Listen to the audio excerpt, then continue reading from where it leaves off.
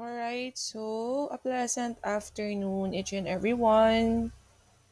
I hope everybody is doing good. Okay, so for our next lesson, we will be discussing the elements and mechanics of menu design. Okay, so a quick reminder as well on Saturday, we will be having a short quiz again. So, sana, even this is a recorded lesson, no, take time to study din, no, para mas naiintindihan ninyo yung concept ng ating subject for this semester. Okay?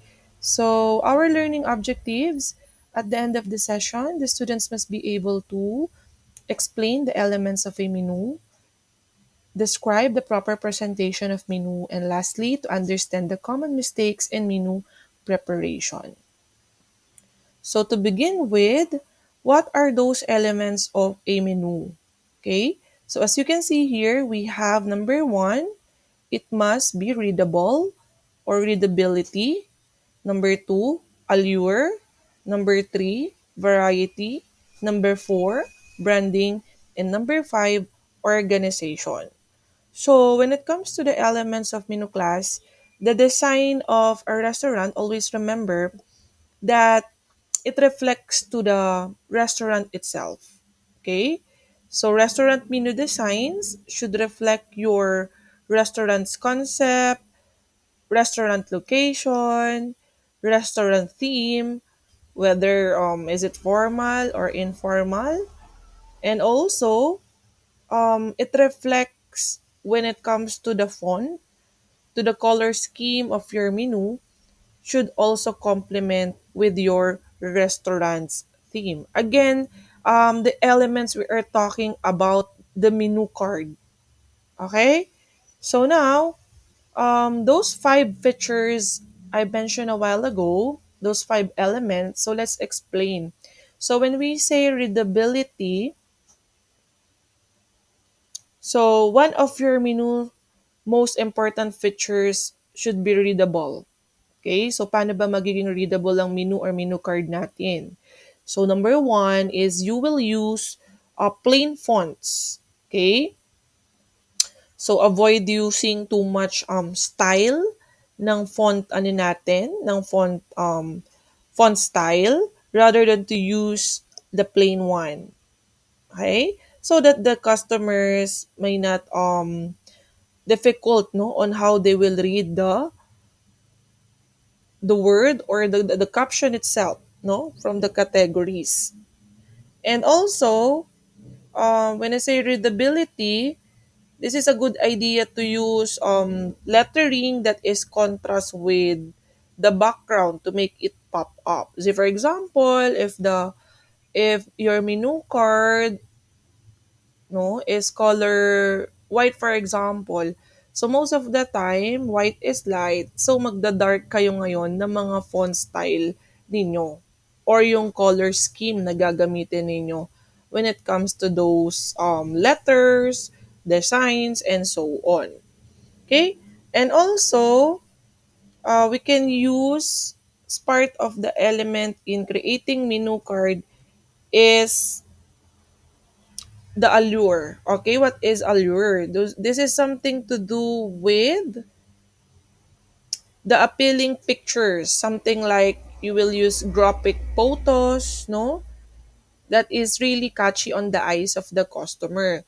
Na kapag nakita nila yung sample picture ng menu, automatically even they will not read pa what's the name of that menu, andun na yung eagerness nila to order that specific meal. Okay? And also sa Allure class, we can see that instead of paying attention to the details, let's say for example, sa menu card kasi may mga details like what are those ingredients, no? Ano yung mga naka-highlight na ingredients na meron doon sa klase ng meal or menu na yon, hindi na nila yun masyadong chine-check, but rather to see the photography na lang. So, ibig sabihin, be realistic with the photo or pictures na ilalagay natin sa menu card. So that's why, di ba, na-mention ko sa inyo nung first meeting natin, I want you to have the trial muna doon sa mga na-jot down ninyong menu when it comes to cross-utilization. Kasi gusto nating makita kung ano yung magagawa ninyo, ano yung outcome nun, yun yung pipicturean ninyo at yun po yung itatransfer natin sa menu card. Okay? So, be realistic, no? Kung nakakatakam siya tingnan, in reality, pag serve, nakakatakam pa din. So, that is basic example. Okay, and variety, something to do with this is one of the important consideration class. Why? Because customers want variety of options. So sa menu card din class, para hindi siya maging boring tingnan, marami dapat tayong selection. So pag sa appetizer, halimbawa, sa category ng appetizer, so at least 5 to 6 or 5 to 8, no? Na selection yung pwede nilang makita, and other varieties din is may ganong numbers. So pinakamababa po is 5, and then pinakamataas natin is 8. But it depends class sa scale ng restaurant. But I'm telling you that 8 kapag maliit lang ang resto. Pero if that is big scale, so normally pumapalo tayo ng 15, no, to 18 varieties. Okay? So may pagpipilian dapat si customer natin. Okay? And then branding, another element of menu. So customers may need to be informed of who they're dealing with occasionally. So to keep your brand front and the center, you need to place the logo or name of the main page of your menu. So other branding elements kasi class such as distinct font or color scheme can be applied if they are consistent throughout the menu. So sa branding natin, do not forget to put the name of the restaurant as your logo. So for example, Max's Restaurant, what is their logo ba? Or Gilligan's or Aristocrat.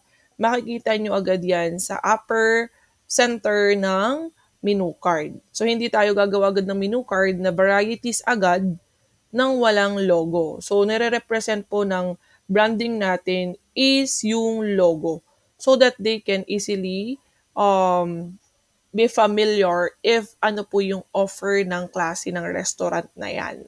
If that is something like Filipino cuisine ba, more of Korean or Chinese, so nagba-vary din yung logo. Okay? So, hindi dapat makalimutan in creating menu card.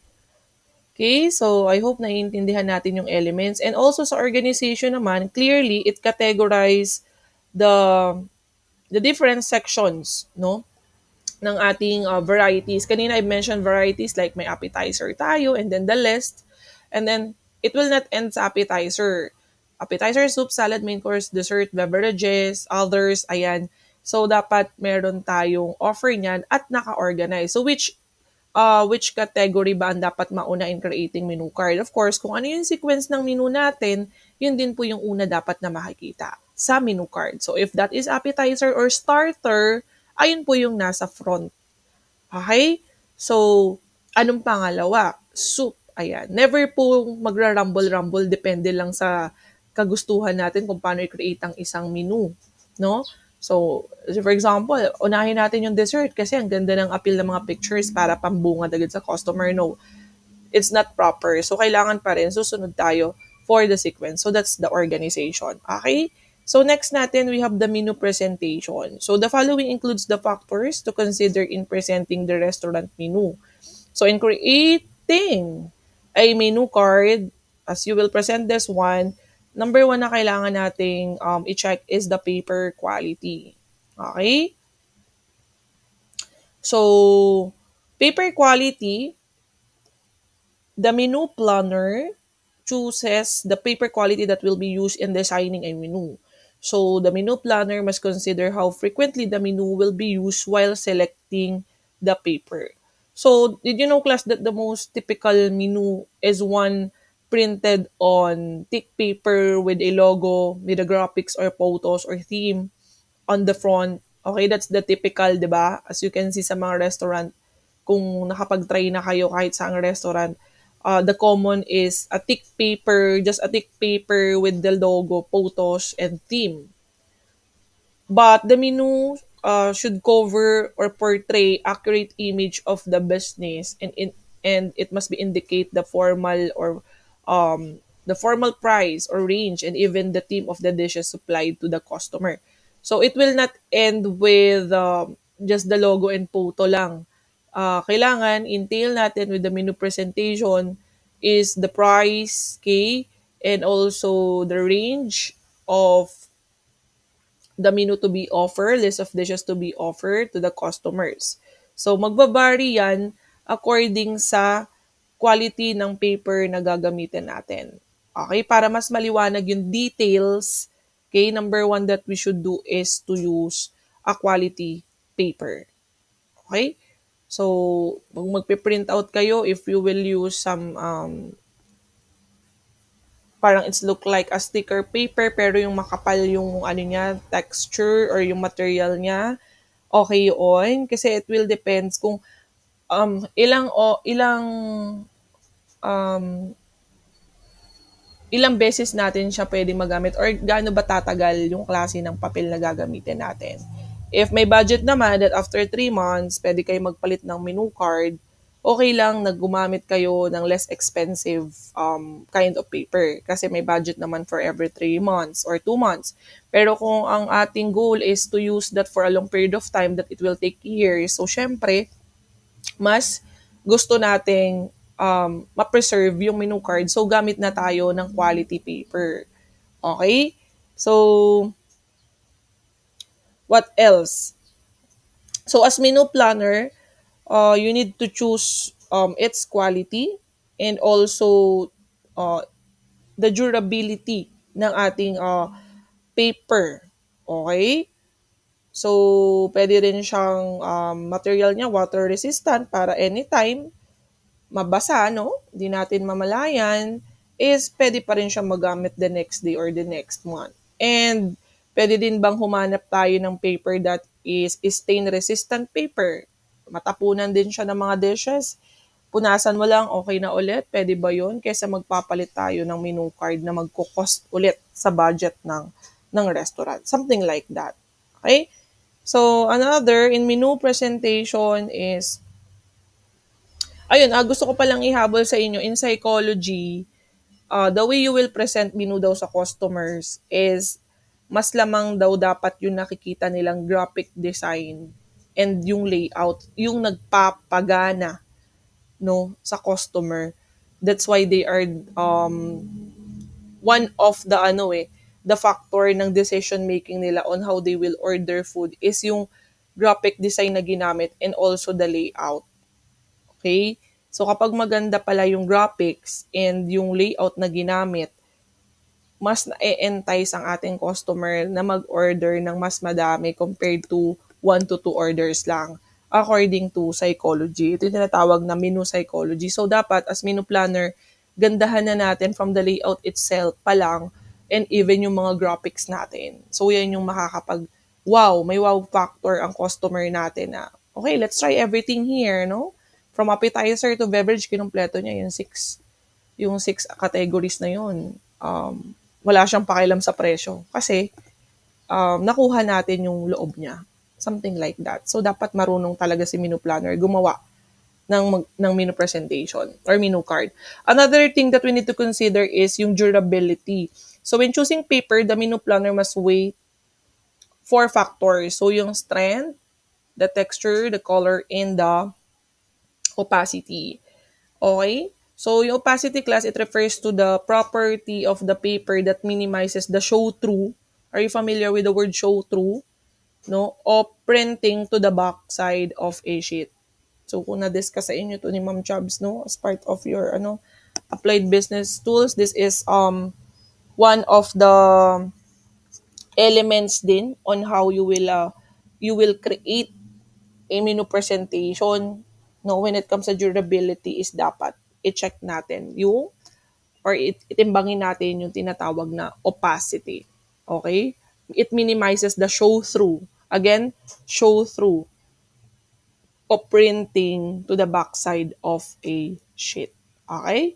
So, aside from durability in menu presentation, paper quality, durability, we have to consider also the font size and style. So the print of a menu should be sufficiently large and it in a print that is easy to read. Ayan. So kung kaya nating wag munang gumamit ng sobrang maraming style at koloreteng font style, better. So mas maganda, readable nga siya gaya na nabanggit natin kanina, mas simple, mas bold na yung ginamit mong font, mas naiintindihan ng customers natin. Though I'm not saying that we cannot use those font style na may mga parang cursive style. Pwede pa rin siyang gamitin pero minimal lang. The rest of the font is kailangan clear sa ating customer. Okay? And it increase the font size to capture the customer's attention to an item and reduce the size to direct the customer's attention away from an item. So, if we can choose font size that is really applicable doon sa ating size ng menu card, so mas maganda mag-match yon. Yung size ng paper mo, ang ibig kong sabihin dito, yung size ng paper mo doon sa font size. Baka naman sobrang laki ng font size mo, pero yung menu card mo, maliit lang naman, lamang yung sizes ng letters, which is too big, hindi naman nagkasya lahat. So kung anong size ng paper na gagamitin, ibalanse mo siya doon sa font, na i-apply mo in creating menu card or menu presentation. Okay? So, it will capture the customer's attention to an item once may mga naka-highlight din tayong font size doon. Halimbawa, sa appetizer, yun yung pinaka may malaking size sa category na yon. Halimbawa, font size is 15. And then, yung varieties, syempre, isa size 12 mo siya. Okay? So, makikita pa rin yung highlight na itong list of dishes na to is under siya ng appetizer. Okay, and avoid using difficult to read fonts, especially in low light situation. So, you need to consider din yung lightning, kung saan areas man sila matapat, whether nag-dine-in sila or take-out sila, okay, against the light, parang something like that. Or hindi nila mabasa kapag sa madilim or medyo dim light, medyo maliwanag, wala na, hindi na nila maintindihan.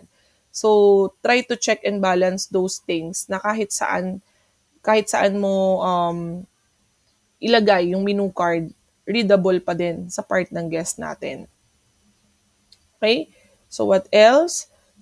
Meron din tayong tinatawag na eye gaze motion. So, this pattern or the pattern of gaze movement describes the moving direction of eyes when customers read the menus and how such movement affects the ultimate choices. So, the eye will travel in a set pattern when viewing a menu.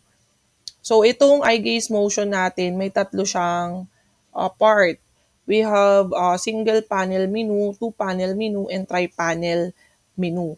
So, ibig sabihin, class, sa eye gaze motion natin, may technique dito na kung saan yung guest or customer natin, saan ba sila unang tumitingin or nagbabasa. So, sa single panel menu daw, ang movement ng eyes ng ating customer dyan is nag-i-start sila from the left side.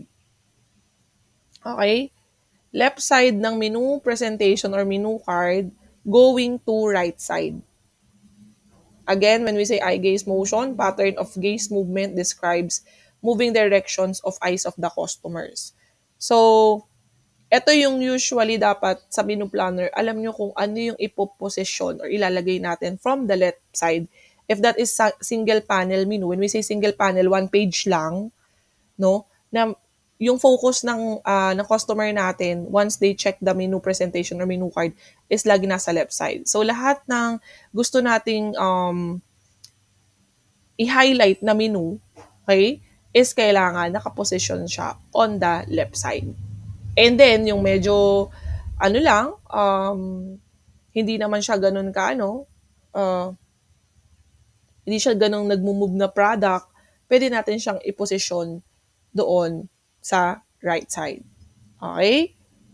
And we have two panel menu. Ito naman po yung 2 pages ang gamit, the menu card. So, paano nagkakaroon naman dito ng eye gaze motion? So, kung kanina, from left to right, ang ating 2 panel menu naman, kapag gumawa kayo ng gusto nyo 2 pages, pero front lang to ha, walang back.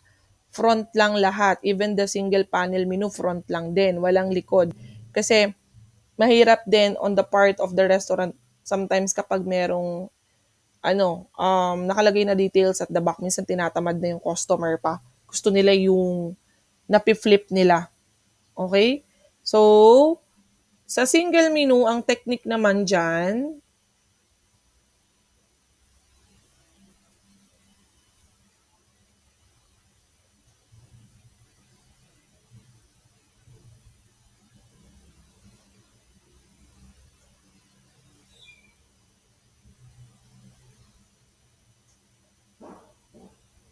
ayan. So, ang technique natin for 2 panel menu, mag-i-start from the left side again. So, try to imagine 2 pages, no? Yung ating menu card. Okay? Pag open yan, it divided into 2, no? Yung isang page natin, naka-divide siya into 2. And then, the customer will start to check from the left side going to right side and then downward and then go back again to the left side downward. Again, so sa 2 panel menu from the left side, okay, upper left side, then going to upper right side, then downward right side, and then go back to downward left side. So, para siyang paikot. Ayan. So, balikan nyo na lang ulit kung hindi nyo na-gets, no? Ayan. So, yun naman yung kaibahan niya sa single panel. So, parang sa 2 panel menu, may 4 motions na nangyari. Pero sa single, 2 motions lang. Okay? And then, pagdating naman sa tri-panel menu, the motion ng mata ng customer, so, 3 na to. So, kumbaga, parang sa long bond paper na naka-landscape, naka-divided siya into 3.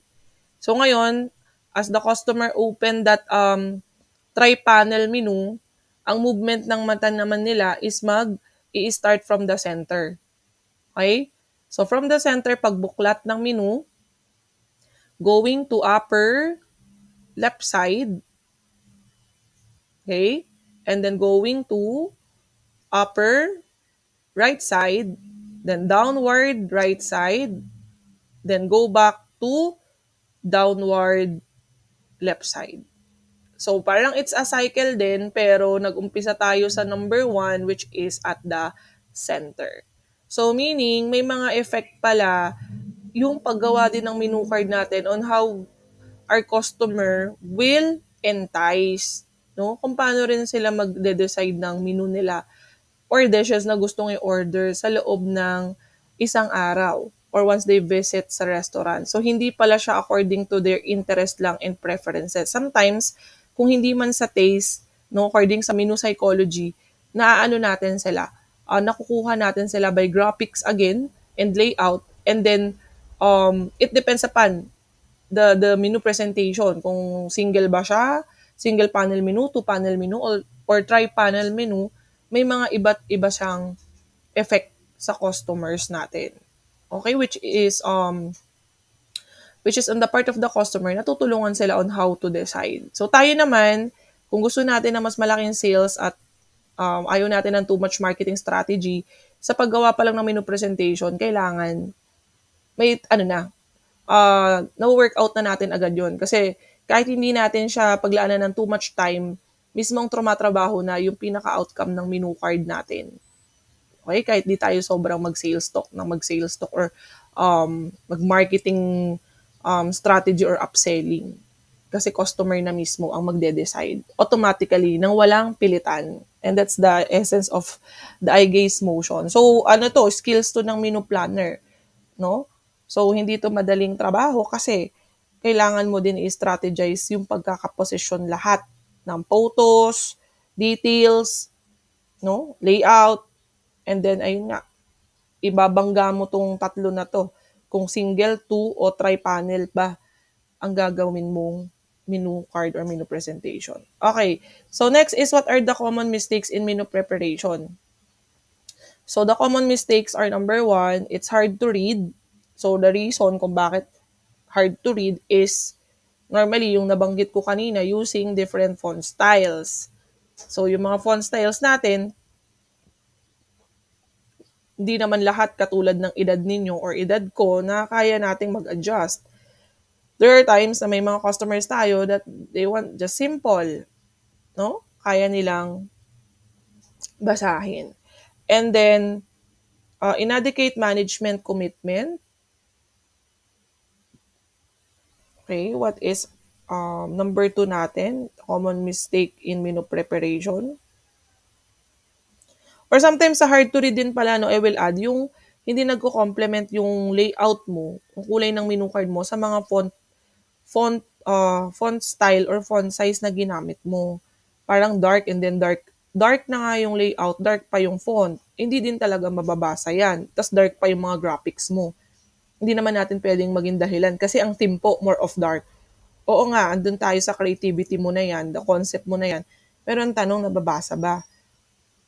'Di ba? Kahit naman meron kang theme and concept, kung hindi naman siya nababasa, para saan? So, nagwe-waste tayo ng menu presentation. So, aside from hard to read, ayan, so wait lang.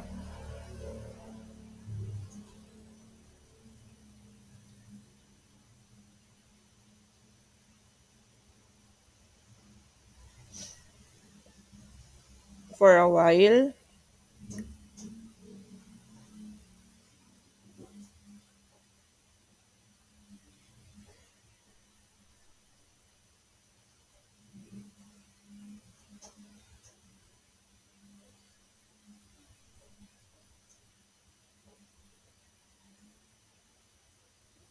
Okay. So, sa number 2 natin, wait lang, medyo nag-ano yung ano ko, internet. Ayan, so yung number 2 natin, inadequate management commitment. So, you're setting yourself class for the failure if you don't consider menu design as truly as any other significant capital investment decision. So, leaving the menu layout and style to your printer rather than working with the graphic designs to highlight the menu items you want to highlight. So, it also a poor decision.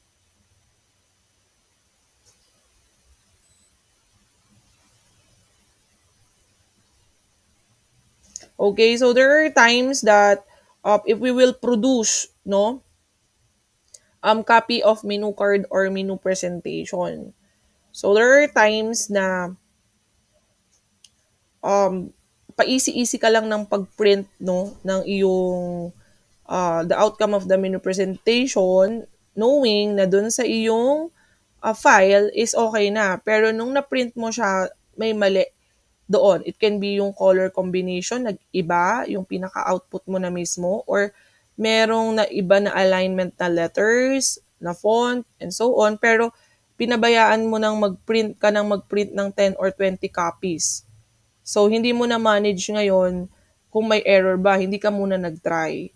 Kasi sa restaurant, di ka naman nagpiprint ng isang peraso lang, di ba? Or magpapaprint ng isang peraso, maramihan yan.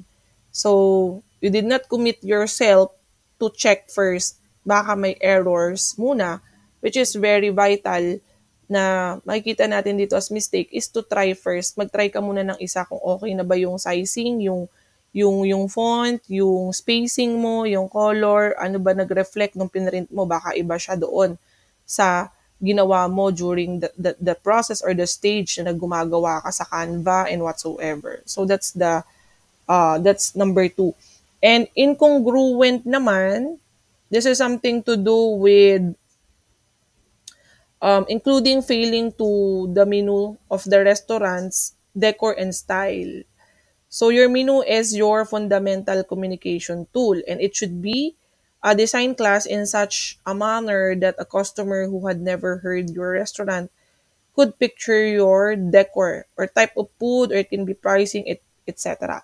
So incongruent, ibig sabihin, the theme and your offer is not parallel when it comes to concept. So for example, your logo is Kutsara Tinidor, del Filipino, ang gusto mong maging dating is Filipino cuisine or specialty ang offer mo, pero at the end of the day, yung nasa list, yung nasa list ng iyong mga varieties is may mga halong pang Chinese, pang Korean, Japanese food, kala ba Pilipino? So, sometimes hindi nagiging specific ano ba ino-offer ni restaurant. So, the best example na nakita ko nung first meeting natin, the presentation of Mr. Beliato, no? Sila is naka-Filipino food lahat. So, makikita nyo naman from appetizer, kung natatandaan nyo yung class appetizer, main course, and soup, no? Nasa Filipino style sila. So, dapat ganun.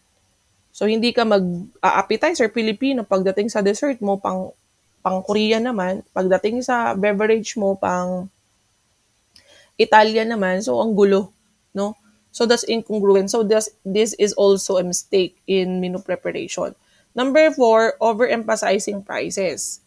Okay, so when you align prices class in column down to the page, the guest can summarily discount items based on the price alone.